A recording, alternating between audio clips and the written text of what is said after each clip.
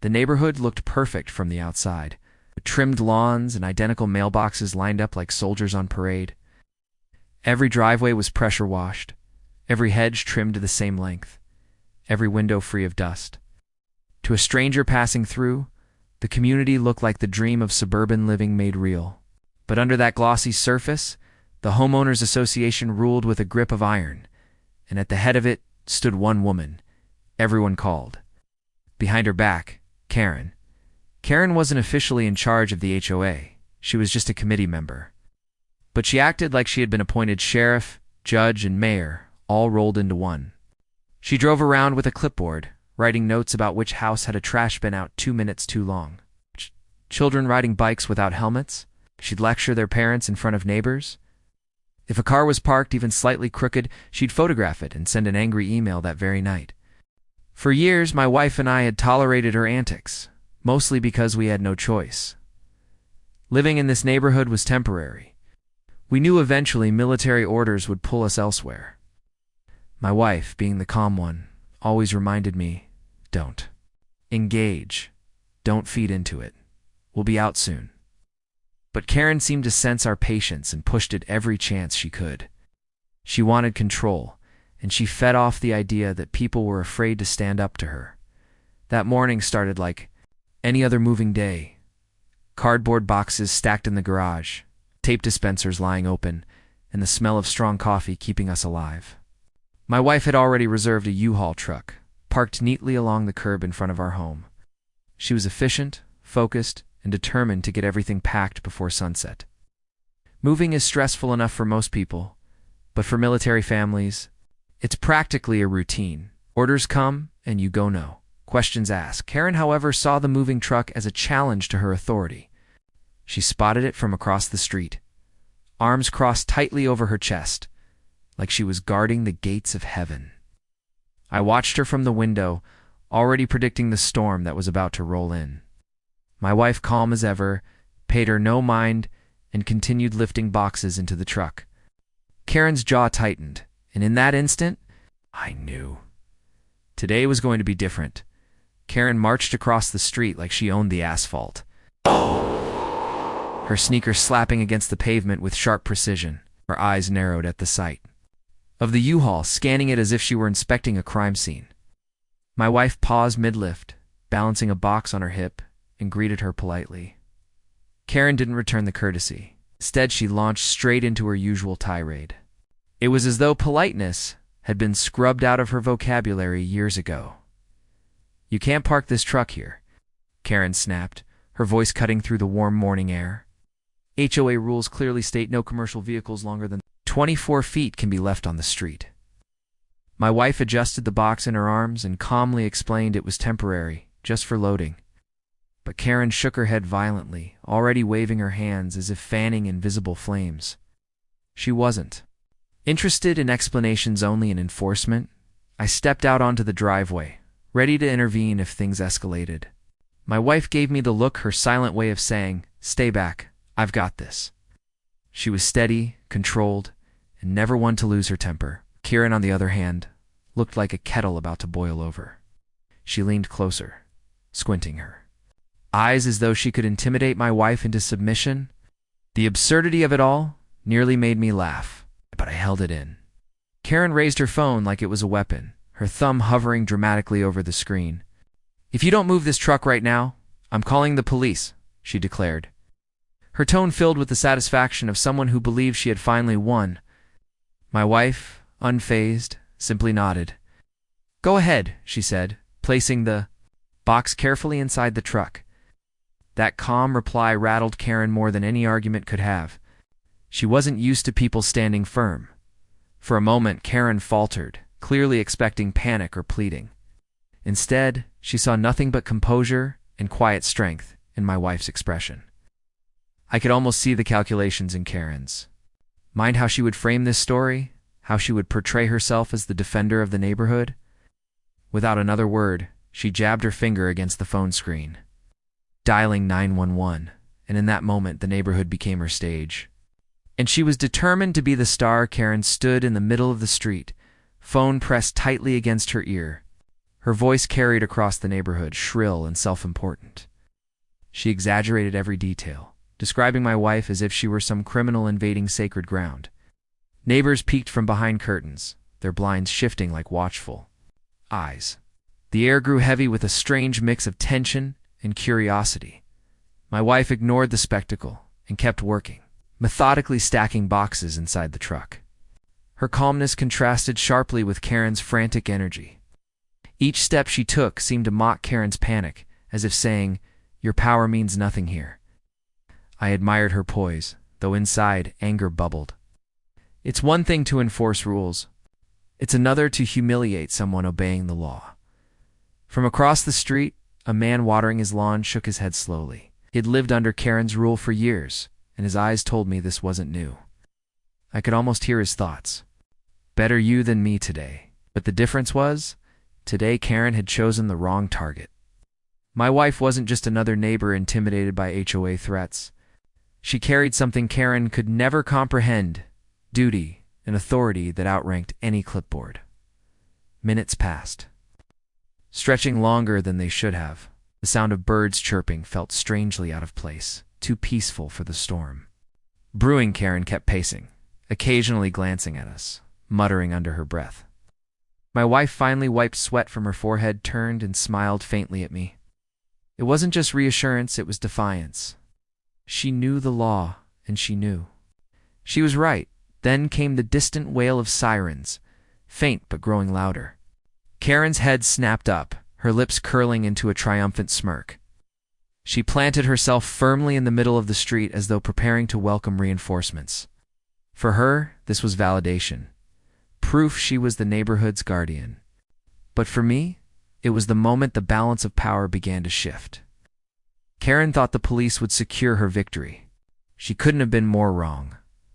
The police car rolled slowly into the neighborhood, lights flashing but sirens silent now. Karen straightened her posture, waving both arms like she was guiding a plane to land.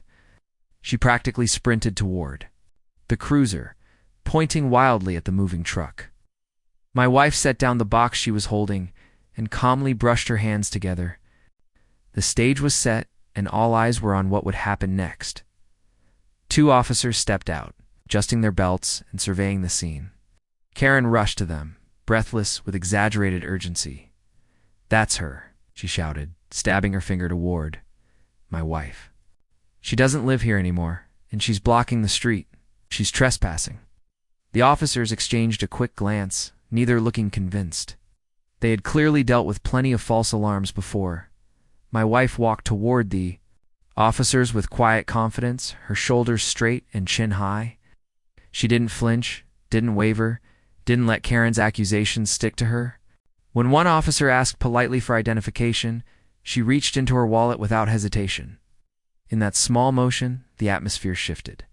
It was no longer Karen's show. It was about to become something much larger. Karen tried to keep control, talking over the officers, her words tumbling in rapid succession. "She's breaking the rules. She's violating HOA guidelines. We can't just let people do whatever they want." The officer held up a hand, silencing her with one firm gesture. For the first time that day, Karen's mouth snapped shut. Her authority crumbled as quickly as it had risen. Then my wife extended her hand and revealed her military identification. The officer took it, inspected it closely, and immediately his demeanor changed. Respect filled his voice as he nodded and handed it back. Karen's face drained of color, her earlier smugness vanishing into stunned silence. The realization struck her like a cold wave. She hadn't just picked the wrong fight, she'd picked the worst possible one. Karen's jaw worked, but no words came out. The officers didn't even bother looking at her. Their attention was solely on my wife. One officer spoke with genuine respect, thanking her for her service. The other reminded Karen sharply that filing unnecessary complaints wasted police resources. Around us, curtains shifted again. Neighbors had front row seats to Karen's unraveling. My wife stayed calm, nodding respectfully to the officers before returning to her truck. She didn't gloat, didn't even glance at Karen. That restraint stung Karen more than any insult could have. The officers made it clear she had no grounds to interfere with a lawful move. In that moment, the power Karen clung to dissolved into thin air. One officer turned back toward her and gave a stern warning.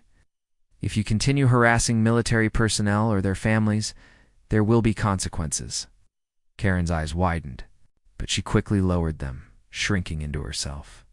Her earlier bravado was gone, replaced by quiet humiliation. She muttered something under her breath and shuffled back across the street. The neighborhood felt different immediately, better, somehow. A few houses down, the man with the garden hose gave me a subtle thumbs up. Others peeked out, then quickly disappeared, likely relieved someone had finally stood up to her. For years, Karen had ruled through intimidation, but now her armor was cracked. Everyone had seen her lose, and she couldn't spin that story in her favor. As the police left, my wife climbed back into the U-Haul, determined to finish the move. I walked over, offering to take the next load of boxes, but she just smiled. "It's fine," she said. "Let's get this done." Her voice carried no anger, only focus. She didn't waste energy on Karen because she didn't need to. The law had already spoken for her. Later that evening, after the last box was packed and the truck secured, we finally sat down.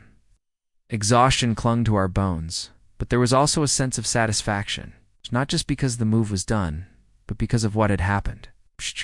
In one sharp, undeniable moment, and my wife had been the one to break it. Over dinner, we talked about what the officers had said. The Service Members Civil Relief Act (SCRA) wasn't just legal jargon. It was protection, a shield for military families forced to uproot their lives at a moment's notice. My wife had known it, and she had trusted it. Karen, with all her rules and petty threats, had nothing to stand on. Knowledge had been the greatest weapon that day. The incident spread quietly through the neighborhood over the next few days. People stopped us on the street, offering small words of support. Some apologized for not speaking up sooner, admitting they'd feared Karen's retaliation. But now that she had been publicly humbled, they felt safer.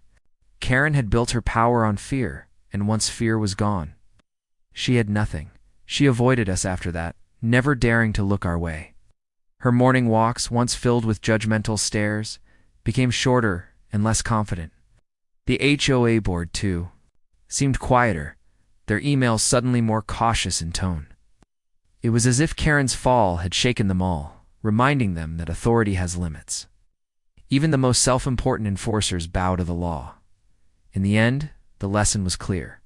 Never underestimate who you're dealing with. My wife wasn't just another neighbor trying to get through a move. She was part of a community larger than any HOA one, backed by law, service, and sacrifice. And for once, Karen's voice of authority had been silenced. Sometimes, justice doesn't need shouting.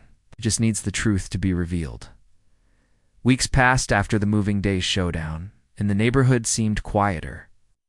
Karen had shrunk into the background, her usual patrols less frequent, her clipboard sightings rare. Yet even as she avoided us, I could sense something brewing. Someone like Karen doesn't just disappear. She waits, stews, and plots.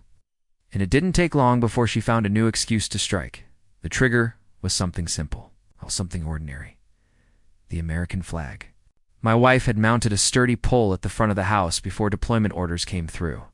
For us, it wasn't decoration. It was a statement, a connection to service, and a reminder of the sacrifices tied to that fabric. It became another opportunity to twist HOA rules into weapons. One morning, a letter arrived tucked neatly under the door, stamped with the HOA's emblem.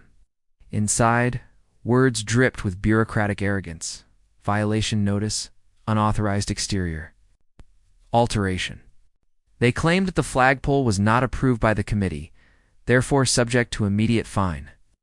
My wife read it silently, then handed it to me. Her face carried no surprise, only mild disappointment. She knew exactly who had filed the complaint. Clenched the paper in my fist, anger rising like fire in my chest. It wasn't about a flagpole, it was about control, about Karen reasserting dominance after her public defeat. I wanted to march across the street, slam the notice back into her hands, and demand she back off. But my wife's calm voice anchored me again. Let's handle this the right way. She wants us to react. We won't give her that satisfaction. And so, another battle line was drawn, this time draped in red, white, and blue. Karen thought rules on paper could erase the weight of service, the right to honor a flag that meant more than any HOA guideline ever could. What she didn't know was that this time, the law itself was even clearer. The HOA wasn't just wrong. They were walking headfirst into a fight they couldn't win. The very next day, Karen resumed her walks with renewed energy. She carried no clipboard this time, but her phone remained glued to her hand, snapping photos of our house from different angles. She stopped directly across the street, zooming in on the flag like it was contraband. My wife stepped outside too, grabbed the mail, and their eyes met briefly. Karen smirked, then typed furiously into her phone. Later that evening, another email arrived from the HOA board.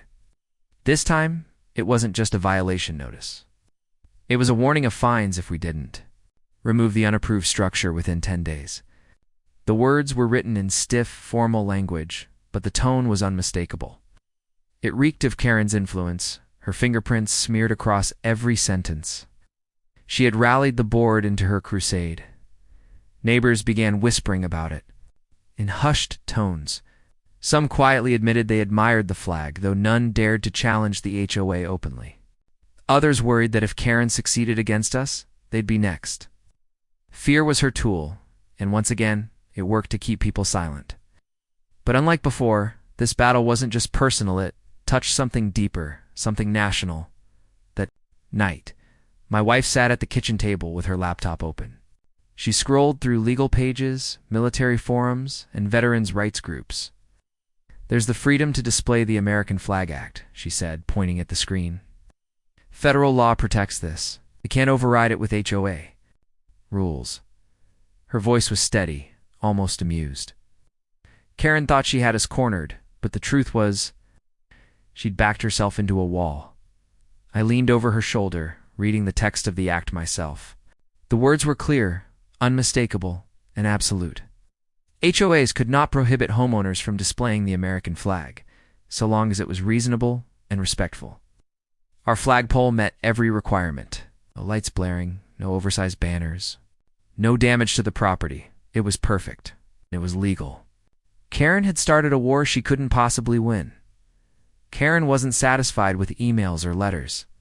She wanted an audience, a stage where she could perform her authority. Within days, the HOA announced a special meeting to discuss ongoing violations. Everyone knew what that meant. Flyers went up, inboxes filled with reminders, and Karen began making her rounds, encouraging attendance. To her, this wasn't just enforcement, it was revenge. The night of the meeting, the clubhouse parking lot overflowed with cars. Neighbors shuffled in nervously, some curious, others wary of being seen as taking sides. Karen stood near the door, greeting people with her artificial smile. She whispered in their ears, pointing toward our home, as if it were the community's greatest threat. Her theatrics bordered on absurd, yet people nodded along to avoid her wrath. Inside, the air buzzed, with low murmurs. My wife and I sat near the back, deliberately calm. Karen, however, marched straight to the front, taking a seat beside the board president. Though she wasn't in charge, she spoke with the confidence of someone convinced she held all the power. The gavel struck, and the meeting began. Tension pressed down like a weight. Karen wasted no time. "We have a serious violation threatening the integrity of our neighborhood," she declared. She clicked a button, and photos of our house filled the projector screen. Our unauthorized flag display. Direct violation of Section 77, Section C. Gasps echoed from a few in the crowd, though most remained silent. I could see shame on some faces, knowing this was overreach, when given the chance to respond.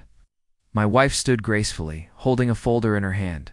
Her voice was steady, her presence commanding without effort. "Federal law, the Freedom to Display the American Flag Act guarantees this right. Your rules cannot override it." She laid copies of the statute on the table for the board. Karen's smirk faltered, but she quickly leaned forward. Ready to argue, Karen shot up from her chair before the board could even process the documents. "Those laws don't apply here," she snapped, her voice shrill with desperation. She waved her hands as if the sheer force of her argument could erase federal statute. The room shifted uncomfortably, neighbors exchanging glances. Her confidence had cracks now visible to everyone present. The board president cleared his throat, clearly rattled. He flipped through the papers my wife had provided, frowning as he read. "This seems pretty clear," he admitted reluctantly. Karen's eyes widened, and she quickly leaned toward him, whispering furiously. It was obvious she was losing her grip, but she refused to accept it. Pride was a dangerous thing, and Karen was drowning in it. From the back of the room, a neighbor finally spoke up. "It's the American flag." "What exactly is the problem here?" Heads turned toward the voice, and Karen spun around, glaring. But the silence that followed wasn't supportive, it was heavy with agreement. For years, fear had kept people quiet, but tonight that fear had been punctured. The courage to oppose her was spreading. My wife didn't need to raise her voice. "I respect rules, but no rule here overrides federal law.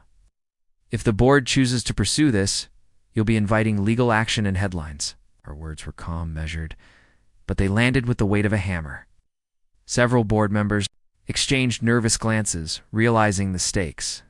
Karen's crusade suddenly looked like a liability. The gavel struck again, this time to restore order as murmurs grew louder. "We'll need to review this matter further," the president stammered. But the energy in the room had already shifted. Karen's smirk had vanished, replaced with tight lips and clenched fists. For the first time, she wasn't the predator. She was cornered prey. And everyone could see it. The meeting ended in awkward silence, neighbors shuffling out quickly. Avoiding Karen's eyes, she lingered by the board's table, whispering heatedly, her hands slicing the air in frantic gestures. But the president no longer nodded. He looked weary, even irritated. Whatever grip she once had was slipping away. Fast, she had pushed too far, and now everyone knew it. Outside, the night air felt cooler, calmer. Neighbors gathered in small groups, whispering not about us, but about Karen. For once, we weren't the target of suspicion or disapproval. Instead, she had become the spectacle, the one who had embarrassed the community. A few people even approached my wife quietly, thanking her for standing her ground. Their relief was almost palpable. Karen stormed past us, her face twisted in anger, but she said nothing. Her silence was louder than any insult she could have thrown. The power she once wielded through fear had been stripped away in a single evening. She returned to her house without a glance back, slamming the door behind her. The neighborhood exhaled collectively as though chains had been loosened. Over the next week, no fines arrived, no letters, no warnings. The board released a vague statement acknowledging federal law and promising to respect national rights. Karen, however, was noticeably absent from her patrols. The woman who once ruled every street corner now barely stepped outside. Her curtain twitched occasionally, but her reign was over. Everyone could feel the change. At dinner one night, my wife looked at me with a quiet smile. "You see, we didn't need to shout, just needed to stand firm," her words carried. Wisdom, the kind earned from years of service and sacrifice. Karen had fought with rules, but we had stood with law, and law had prevailed. In the end, truth didn't just silence hurt, freed everyone else. Summer brought heat that baked the neighborhood into a patchwork of green and brown, as lawns that once looked identical began showing their flaws under the relentless sun. But ours remained carefully tended, trimmed each week with precision. My wife insisted on keeping it neat before her deployment, a quiet point of pride. Yet even perfection wasn't enough to keep Karen away. One afternoon, a notice appeared taped to our door, bold red letters screaming across the top. "Violation, lawn neglect." I blinked in disbelief, staring at the neatly cut grass around me. The blades were uniform, the edges crisp, the hedges trimmed clean. Neighbors' lawns looked far worse, yet no notices hung on their doors. Clearly, this wasn't about grass. It was about us. Karen, once again, emboldened, strutted down the street with her phone in hand. She paused in front of our yard, snapping pictures from every angle. A few neighbors watched from porches, shaking their heads at the absurdity. Some muttered softly, too cautious to intervene. Karen, however, thrived on the performance, as if each click of her camera restored her fading authority. The HOA followed with another email, this time attaching a fine for failure to maintain. Community standards. I read it twice, anger rising with every word. Standards? Our lawn looked better than most. The injustice wasn't just laughable, it was insulting. My wife sighed, already pulling out her laptop. She's desperate, she murmured. And desperation makes people reckless. I wanted to storm across the street to end the games once and for all. But my wife reminded me, patience wins battles that anger can't. She began compiling photos of our yard, timestamps showing every cut, every treatment, evidence stacked up like bricks in a wall. Karen wanted a fight. She was going to get one, but on terms she didn't control. The following weekend, an HOA representative showed up unannounced, clipboard in hand.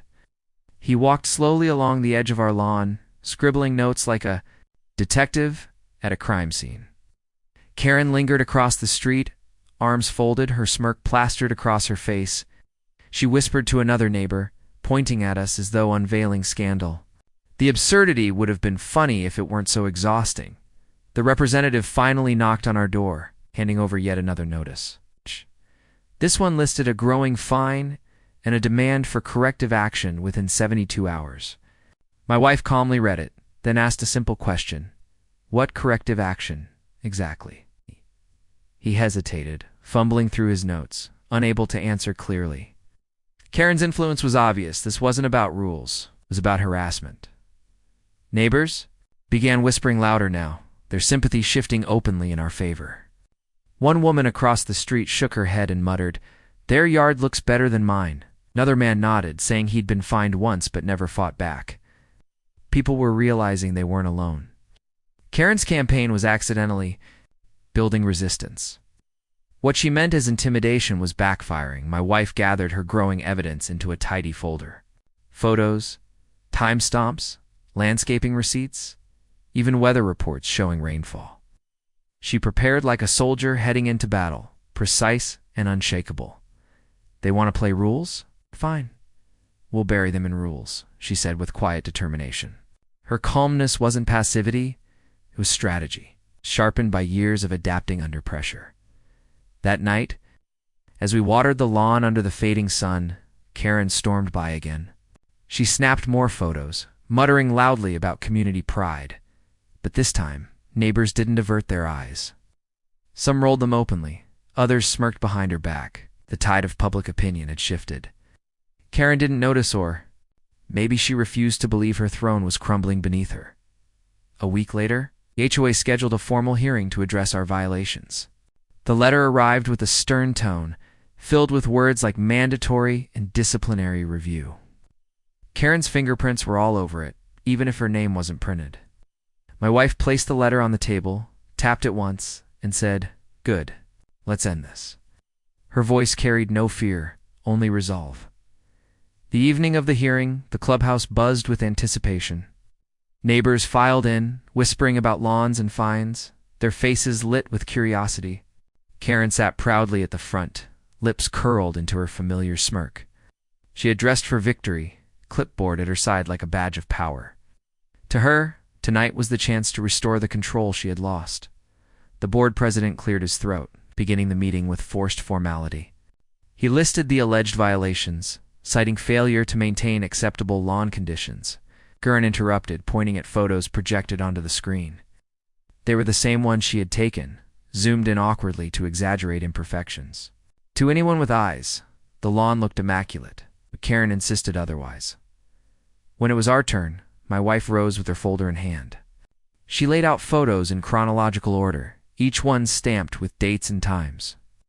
Landscaping receipts followed, neatly clipped together. Finally, she presented weather data, proving conditions had been managed responsibly. The room grew silent.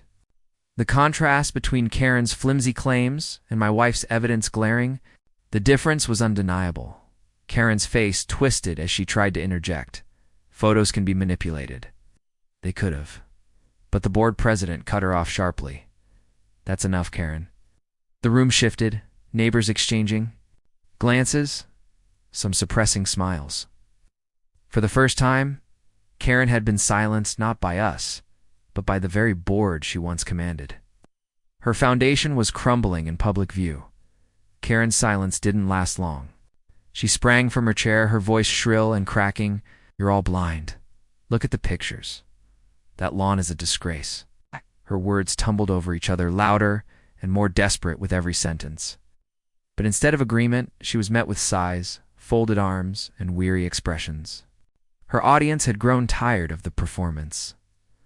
The board president leaned back, unimpressed. "The evidence provided shows compliance," he said firmly. His words struck Karen like a slap, her face reddening instantly. She slammed her clipboard. On the table, the sharp crack echoing across the room. "You're letting them get away with it?" she cried. But the murmurs in the crowd carried a different tone support for us. One neighbor stood, his voice steady but sharp. "My yard has weeds and no one said a word. Why are they being targeted?" Heads nodded around the room, others voicing agreement. Karen whipped her head toward them, betrayed by those she once cowed into silence. The illusion of her control shattered. She wasn't feared anymore, she was resented. Another voice joined, this time from a woman clutching papers of her own. "I got fined last year for trash cans, but Karen's bins were out the same day." The crowd buzzed, memories resurfacing of years under Karen's selective enforcement. Every whispered grievance became a public statement. The air shifted, charged not with fear, but with growing rebellion. Karen looked cornered, exposed. My wife remained seated, watching quietly, her calmness more powerful than any argument. She had planted the seed of truth, and now others carried it forward. The board shuffled uncomfortably, realizing the tide had turned. Karen had built her empire on silence, but the silence had broken, and once voices rise, they rarely return to whispers. The board president finally raised his hand, calling for order. "This hearing is concluded," he declared, his tone clipped but decisive. "The evidence shows no violation, and no fine will be enforced." The gavel tapped once, sealing the matter. Karen's mouth opened as if to protest, but no sound emerged. Her power had evaporated in front of everyone. Neighbors stood, gathering their things, but their energy had shifted. They no longer hurried out with downcast eyes. They lingered, chatting, even smiling. Some came to us directly, offering quiet thanks, their relief almost tangible. It wasn't just about our lawn anymore. It was about years of unfairness, finally. Being challenged, Karen's reign had lost its grip, and they knew it. Karen stormed out first, heels clacking like gunfire against the clubhouse floor. She shoved past people without a word, her face twisted in rage. A few neighbors muttered under their breath, one even chuckling softly. The sound of suppressed laughter followed her out the door. For the first time, the fear was gone, replaced with ridicule. The following days felt lighter, almost celebratory. People waved more often, conversations sparked where silence once ruled. Karen stayed hidden behind her curtains, her figure just a shadow in the window. The clipboard never returned, and the patrols stopped entirely. The neighborhood, once suffocated by her watchful eye, breathed freely again. The difference was night and day. One evening, my wife sat on the porch, sipping her tea. She glanced at the perfectly trimmed lawn, then at the peaceful street. "Sometimes standing your ground isn't just for you," she said softly. "It frees others too." Her words lingered in the air, heavier than the summer heat. Karen had tried to control a community, but the community had finally chosen freedom. After the lawn battle, peace seemed to settle over the neighborhood. For weeks the streets were quiet, no notices appeared, and Karen remained locked away. My wife decided it was the perfect time to hang the flag she had carried through every move. The stars and stripes unfurled proudly above our porch, catching the morning sun. It wasn't decoration, it was a piece of her service, neighbors noticed. Right away, many pausing to admire it. One veteran down the street gave a thumbs up, his weathered face breaking into a smile. Children riding bikes slowed to look at it, their parents offering nods of approval. It was simple, respectful, and legal, protected by federal law. We both knew it wouldn't take long for Karen to reappear. The first complaint arrived not with words but with a letter. was folded neatly. It warned that unauthorized displays were prohibited under HOA guidelines. My wife laughed when she read it, the sound sharp and humorless. "They can't touch this," she said, holding the letter up to the light. "Federal law outranks their rules." Yet we both expected Karen's shadow to loom soon. Sure enough, that same evening, Karen marched down the street. Her phone was already recording as she pointed dramatically at the flag. "This is a violation. Community aesthetics are being ruined," she shouted, her voice loud enough for porches to hear. Neighbors peeked from windows, muttering under their breath. Karen was back, and the stage was set for another fight. I stepped onto the porch, arms folded, watching her theatrics. "It's the American flag," I said calmly, motioning toward the pole. "It's protected," Karen sneered, insisting that HOA rules were absolute. But the smirk faltered slightly when my wife appeared beside me, dressed in her service shirt. She looked every bit the soldier. And suddenly, Karen's shouting seemed smaller. The very next morning, another letter appeared in our mailbox. This one bore the official HOA seal, citing failure to comply with community display guidelines. A fine was threatened, though no amount was listed yet. The language was sharp, almost combative, clearly meant to intimidate. My wife tucked it into her growing folder of evidence without a word. Karen strutted past later that day, smugness radiating. From every step, she waved her phone, as if expecting applause for her victory. "The board is behind me," she declared loudly to no one in particular. A few neighbors heard but turned away, refusing to engage. The silence was louder than any response. Karen mistook it for agreement. By evening, whispers spread again through the street. Some neighbors expressed support, noting that the flag looked dignified, not disruptive. Others feared more fines from the HOA, choosing to stay quiet. Yet a small undercurrent of defiance had begun, sparked by Karen's overreach. People remembered the lawn war and how it had ended. History was beginning to repeat itself. My wife decided to get ahead of the storm. She printed copies of the Freedom to Display the American Flag Act, highlighting the sections that made the HOA's demands illegal. She slipped one into the HOA's mailbox, another into our folder, and even kept one taped by the front door.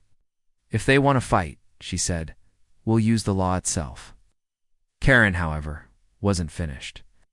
That night, she posted on the neighborhood forum, her words dripping with outrage. She accused us of disrespecting the community and warned that exceptions open the door to chaos. The post backfired. Half the replies defended the flag. Others rolled their eyes with gifs and sarcasm. Karen had picked another battle she couldn't fully control. Within days, an official notice arrived. The HOA had scheduled a hearing, too. Address known compliance. The date was stamped boldly at the top, leaving no room for negotiation. Karen must have danced in her kitchen when she read her copy.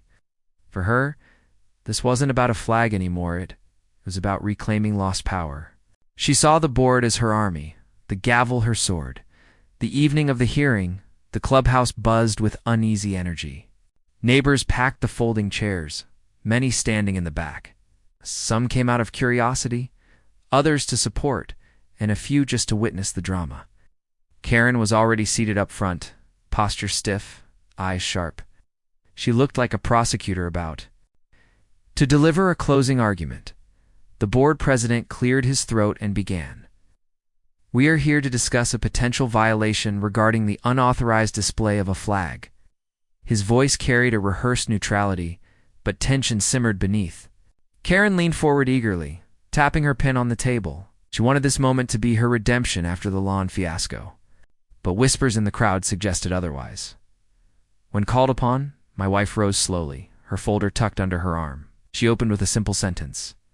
"This flag is protected under federal law." Then she placed copies of the Freedom to Display the American Flag Act before each board member. The room shifted, murmurs rippling through the crowd.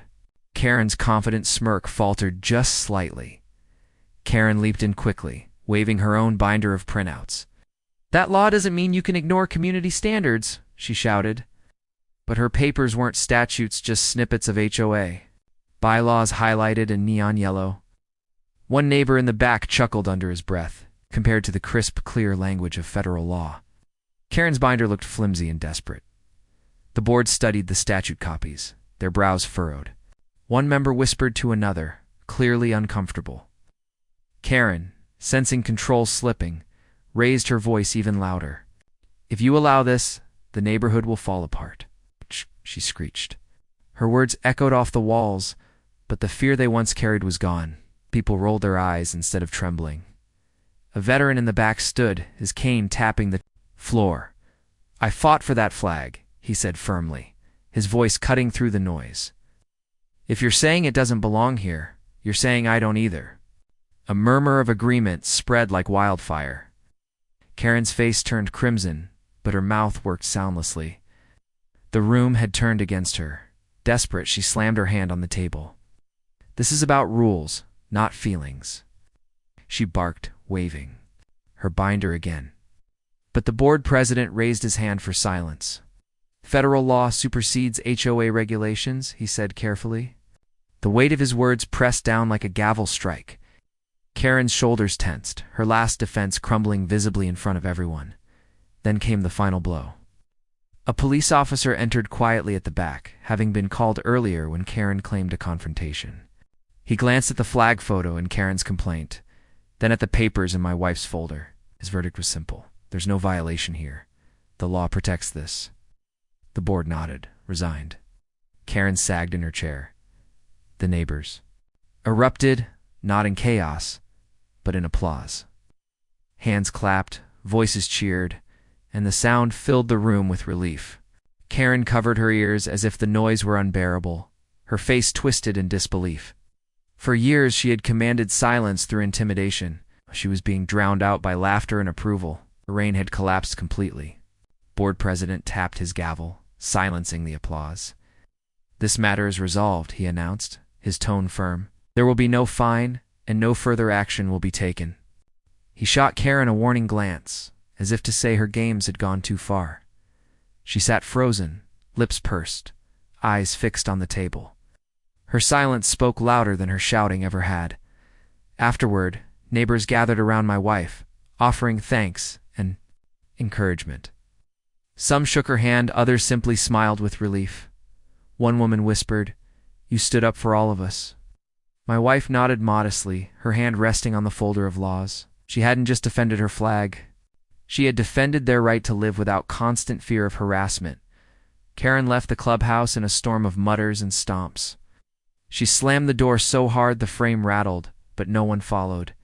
For once, the neighborhood didn't bow to her theatrics. Instead, people lingered, chatting freely, as though a spell had been broken. The fear Karen had wielded like a weapon was gone, replaced by solidarity. It felt like a new beginning. Back at home, the flag fluttered gently in the evening breeze. My wife stood on the porch, watching it move against the backdrop of stars. "It's more than fabric," she said softly, almost to herself. "It's a promise." I realized then that Karen hadn't just lost a fight, she had exposed her own emptiness. Power without respect was nothing. Days later, the neighborhood was quieter, calmer, almost friendlier. The flag remained untouched, a symbol of both freedom and victory. Karen stayed inside, curtains drawn, her clipboard unseen. HOA board backed off, their posture less aggressive than before. For once, our street belonged to the people, again not to fear, not to fines, and certainly not to Karen.